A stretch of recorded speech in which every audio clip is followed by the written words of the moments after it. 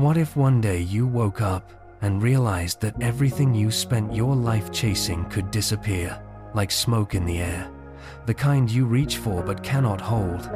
What if the money, the promotions, the applause, the house, the titles, even the plans you swore would make you feel secure, still left a quiet emptiness when the lights went out and you were alone with your thoughts? That is the uncomfortable question the Book of Ecclesiastes dares to ask, and it does not ease into it gently. It opens with words that hit like a cold wind through an open door. Vanity of vanities.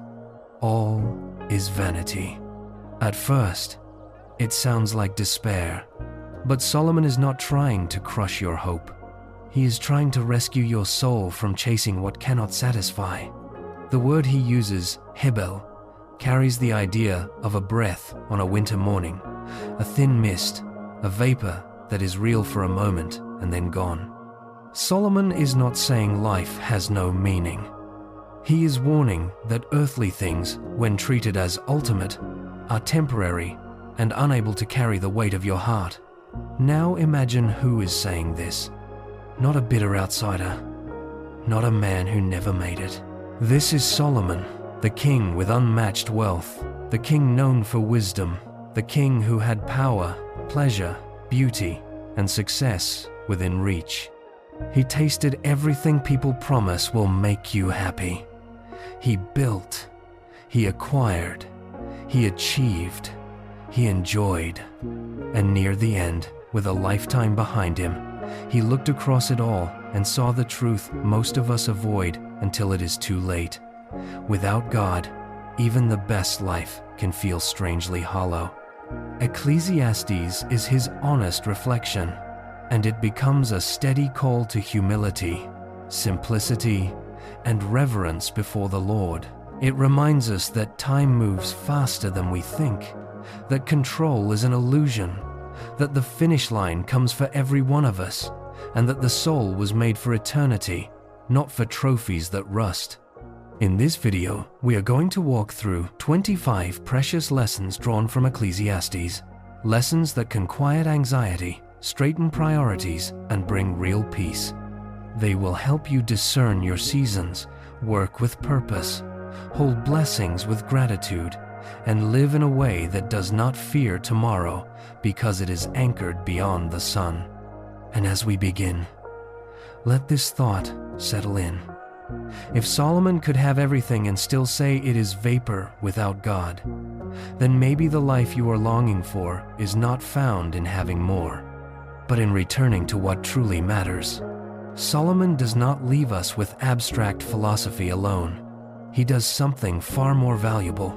He turns the reflections of a lifetime into practical wisdom.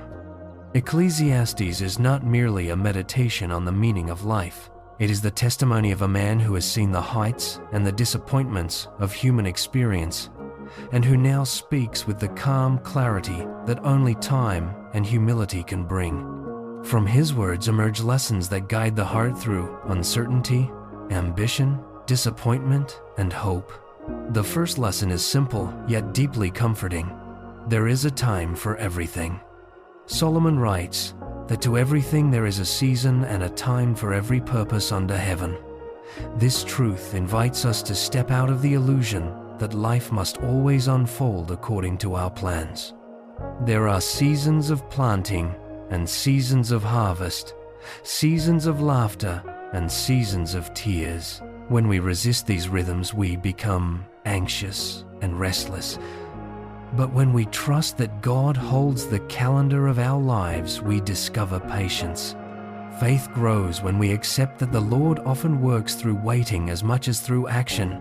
The second lesson naturally follows: trust and persevere.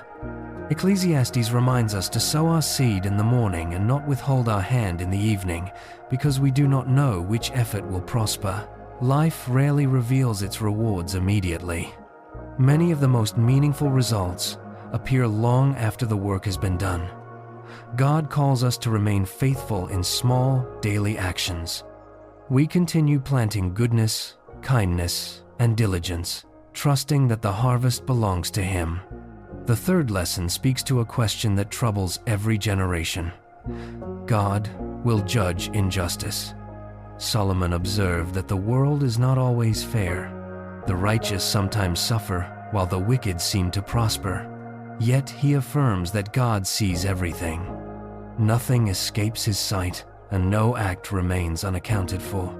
This truth does not erase injustice instantly, but it gives the believer peace.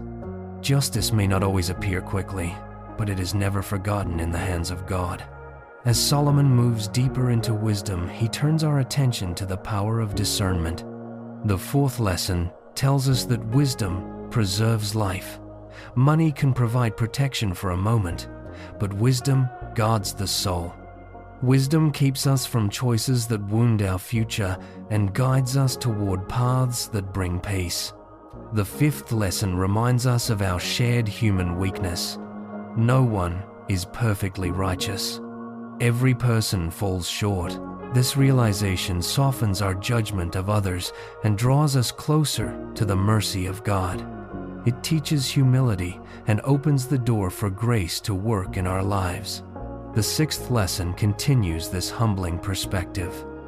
God controls the future. We can plan and prepare, but tomorrow ultimately belongs to the Lord. When we accept this truth, our anxiety loosens its grip and faith replaces the pressure to control everything. The seventh lesson then sharpens our awareness. A wise heart discerns the right time. Wisdom is not merely knowledge. It is the ability to recognize when to speak and when silence carries more strength than words. It is knowing when to act and when patience protects us from regret.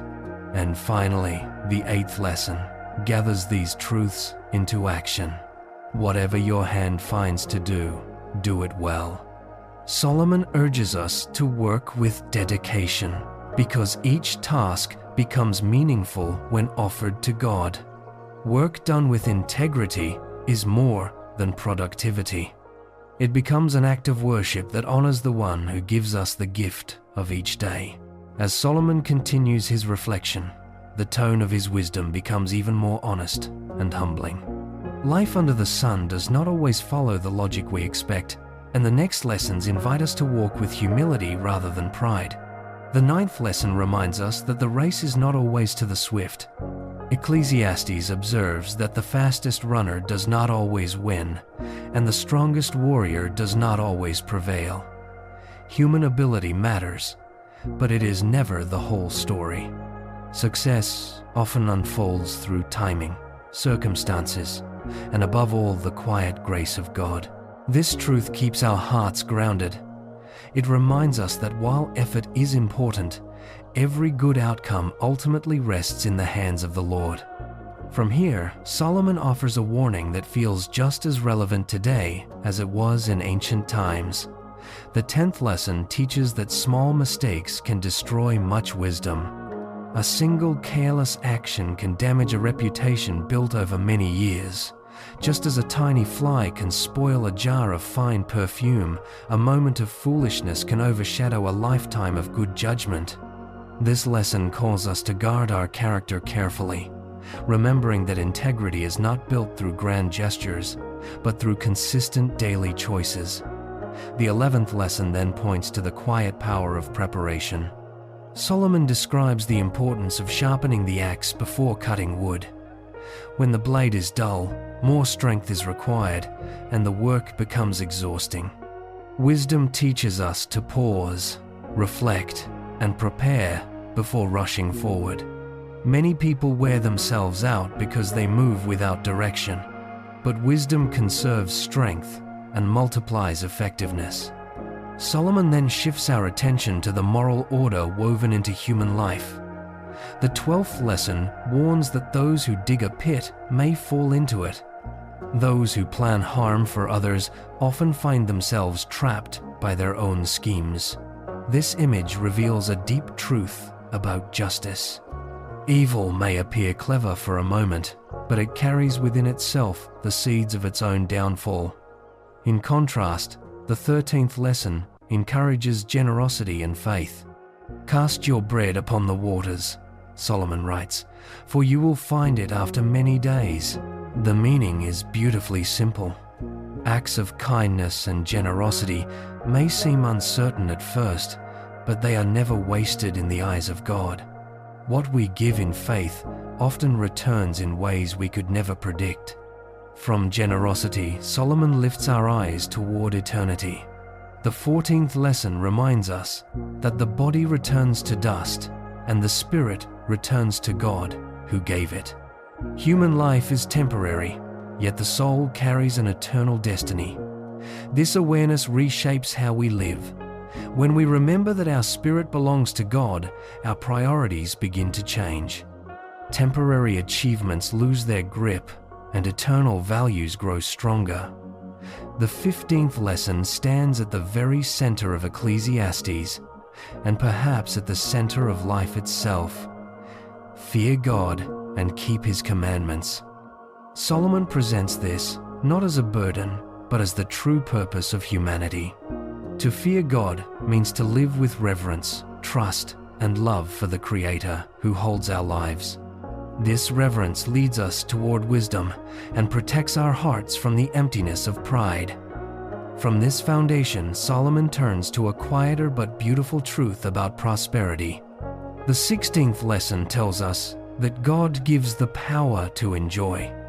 Wealth alone does not guarantee joy. Many possess abundance, yet live with restless hearts. True prosperity is the ability to receive what God has given with gratitude and peace. Finally, the 17th lesson offers balance and realism. Money is useful, but it is not everything. It can solve certain problems and provide comfort in practical matters, yet it cannot purchase meaning, peace, or lasting joy. Money is a tool, not a master. When we place it in its proper place and keep God at the center, prosperity becomes a blessing rather than a burden. As Solomon continues guiding us through the wisdom of Ecclesiastes, his words begin to turn our attention toward action, faith, and the courage required to live wisely in an uncertain world.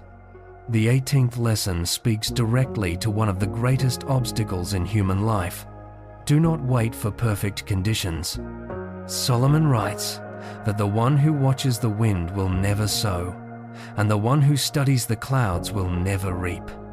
In other words, the person who waits for a flawless moment will spend life standing still. Faith requires movement. God rarely reveals every detail of the road ahead. Instead, He invites us to take the next step with trust. When we move forward in faith, even small steps become seeds that God can grow into unexpected harvests. Closely connected to this is the 19th lesson. Listen to wise correction. Solomon teaches that it is better to hear the rebuke of the wise than the praise of fools. Praise may feel pleasant, but honest correction shapes character. When a wise voice points out our blind spots, it becomes an opportunity for growth rather than an insult. Those who remain teachable gain a strength that pride can never produce. From this humility comes the 20th lesson. The end is better than the beginning. Many people begin with enthusiasm, but lose heart when challenges appear. Solomon reminds us that patience carries greater value than impulsive pride. True success is not measured by how quickly we start, but by whether we remain faithful until the journey is complete. God honors perseverance, the quiet strength that keeps walking even when the path grows difficult. From perseverance, Solomon returns to the theme of wisdom.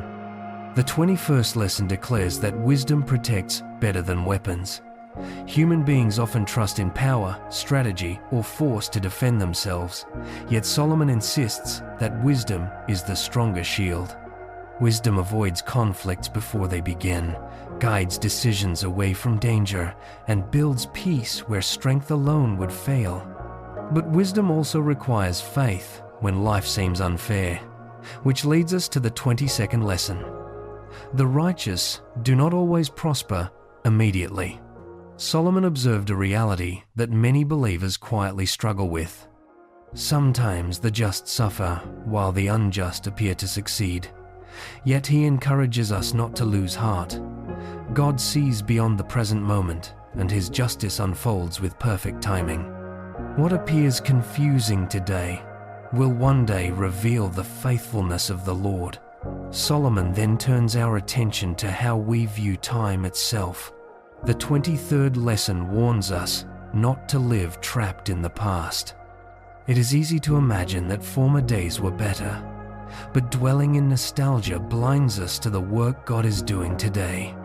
Faith calls us to remain present, trusting that each new day carries fresh purpose. The 24th lesson deepens this awareness. The house of mourning teaches more than the house of feasting. Moments of sorrow remind us of life's fragile nature and awaken our hearts to what truly matters. When we reflect on the brevity of life, we begin to value our days more carefully and seek wisdom rather than distraction. Finally, Solomon closes this series of reflections with a gentle yet powerful truth. The 25th lesson reminds us that true daily joy is a gift from God. Simple moments, sharing a meal, enjoying honest work, finding peace in ordinary days, these are not small things. They are sacred gifts from the Creator. When God is at the center, even the quietest moments carry deep joy. And with that realization, Ecclesiastes brings us to its final and enduring message. Wealth fades, fame fades, knowledge grows old.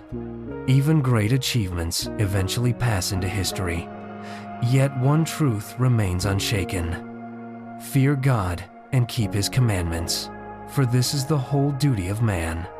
When a life is built on reverence for God, every day gains meaning. Each decision becomes part of a larger purpose that reaches beyond this world. Our lives may feel as fleeting as a breath in the wind, but when we walk with the Lord, each day becomes a step toward eternity.